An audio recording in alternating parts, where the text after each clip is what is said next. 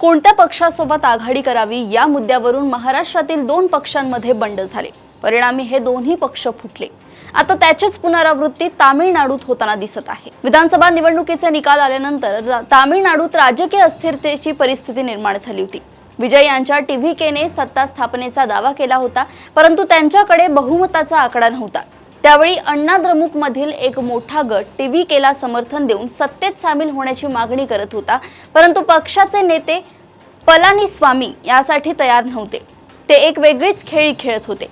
द्रमुक सोबत संधान साधून दोन्ही पक्षांनी एकत्र सरकार स्थापन करण्याची तयारी त्यांनी चालवली होती। त्यातही मुख्यमंत्री पद त्यांना स्वतःकडे हवे होते।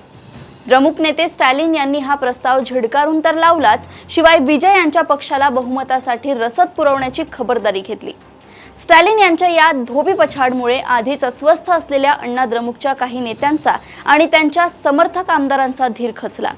शेवटी जवळपास 30च्या संख्येत असलेल्या या आमदारांच्या गटाने टीव्हीकेला समर्थन देण्याचा निर्णय घेतला।